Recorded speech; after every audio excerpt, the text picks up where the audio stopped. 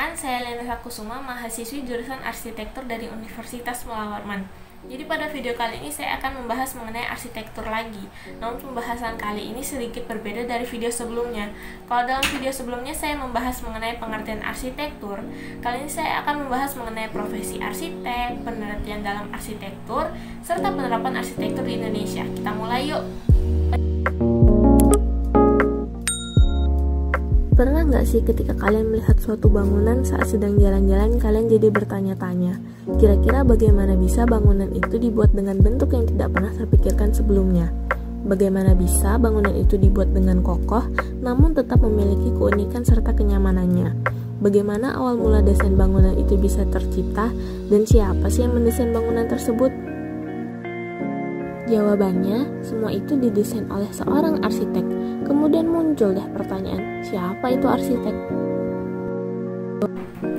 Arsitek adalah seorang ahli di bidang ilmu arsitektur, ahli rancang bangunan atau ahli lingkungan binaan. Arsitek mengambil bagian dalam perencanaan, perancangan desain, perkiraan anggaran, dan pengontrolan pembangunan suatu bangunan.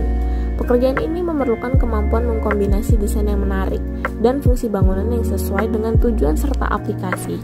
Namun, perlu digarisbawahi bahwa arsitek sejati tidak hanya memahami arsitektur, tetapi juga profesionalisme dalam berarsitektur. Arsitektur harus didesain oleh para arsitek yang kompetensinya dilindungi oleh sebuah undang-undang, sebagaimana tercantum dalam Undang-Undang Nomor 6 Tahun 2017 tentang arsitek. Bahkan, seorang arsitek juga memiliki kode etikanya sendiri loh. Kode etik dan kaidah tata laku profesi arsitek ini mencakup yang pertama, kaidah dasar arsitek, standar etika arsitek, kaidah tata laku arsitek, dan yang terakhir adalah good governance. Perlu kalian ketahui juga bahwa cakupan dari seorang arsitek itu berbeda-beda tergantung dengan jenis arsitektur yang dibenahi. Jenis arsitek itu sendiri terdiri dari yang pertama ada arsitek rumah tinggal, arsitek bangunan komersial, arsitek desain interior, arsitek bangunan hijau, arsitek landscape, arsitek urban design, dan yang terakhir adalah arsitek kawasan industri. Waduh, berarti menjadi seorang arsitek tidak bisa mendesain dengan sembarangan juga ya? Karena dibutuhkan pengetahuan khusus di mana keahlian dan keterampilan diperoleh melalui pendidikan, pelatihan, dan pengalaman bertahun-tahun. Kerja keras, dedikasi, kreativitas, serta hasrat untuk menambah pengetahuan dan tidak mudah putus asa harus menjadi kemampuan dasar seorang arsitek. Membangun suatu rancangan juga tidak dilakukan sembarangan dalam dunia arsitektur.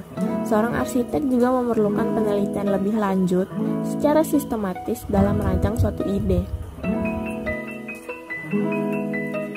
Jadi kira-kira bagaimana penelitian dalam arsitektur dan seberapa penting penelitian tersebut?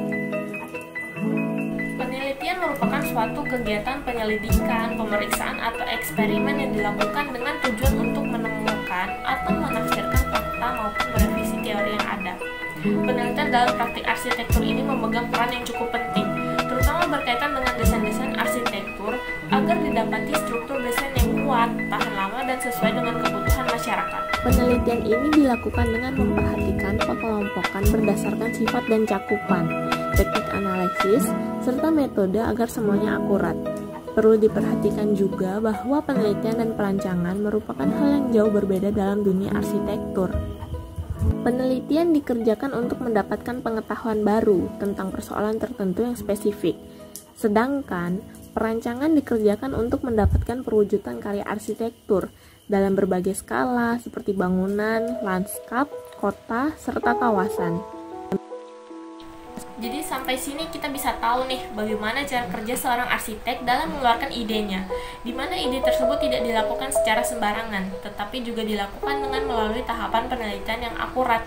Kita lanjut ke pembahasan berikutnya ya. Memperhatikan berbagai aspek dalam membuat suatu bangunan merupakan hal yang sangat penting. Suatu bangunan akan tercipta sesuai kebutuhannya sebagai suatu akibat dari aspek-aspek yang tersedia. Aspek manusia, aspek ekologi, aspek perkotaan, aspek ekonomi, aspek sosial budaya, dan aspek teknologi merupakan hal yang harus dibenahi dengan seksama dalam dunia dan juga dalam negara. Lantas, di Indonesia sendiri kira-kira bagaimana penerapan arsitektur yang sesuai untuk dilakukan sebagai suatu acuan dalam memperhatikan berbagai aspek yang tersedia? Akan kita bahas ya. Sedikit informasi, Indonesia ini merupakan daerah beriklim tropis. Secara umum, daerah tropis merupakan daerah yang terletak di antara garis balik utara 23,5 derajat lintang utara dan garis balik selatan pada 23,5 derajat lintang selatan. Dan kalau dilihat-lihat, Indonesia terletak di antara 95 derajat sampai 141 derajat bujur timur dan 6 derajat lintang utara sampai 11 derajat lintang selatan, yang menandakan bahwa Kepulauan Indonesia secara keseluruhan terletak di daerah iklim tropis.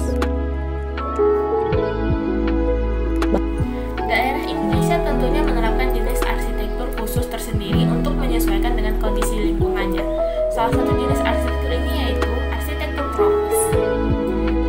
Mengapa arsitektur tropis dan apa itu arsitektur tropis? Arsitektur tropis adalah jenis arsitektur yang memberikan adaptasi suatu bangunan terhadap pengaruh iklim.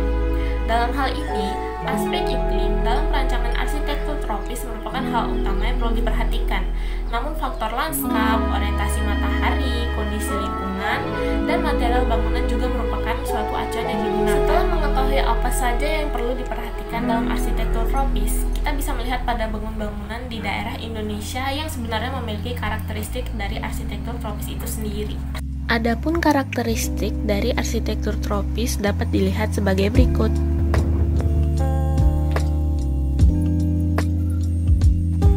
Jadi bisa dilihat bahwa seorang arsitek tentunya perlu memperhatikan bagaimana sih sebuah bangunan bisa dibuat dengan menyelesaikan lingkungan dan faktor-faktor lainnya.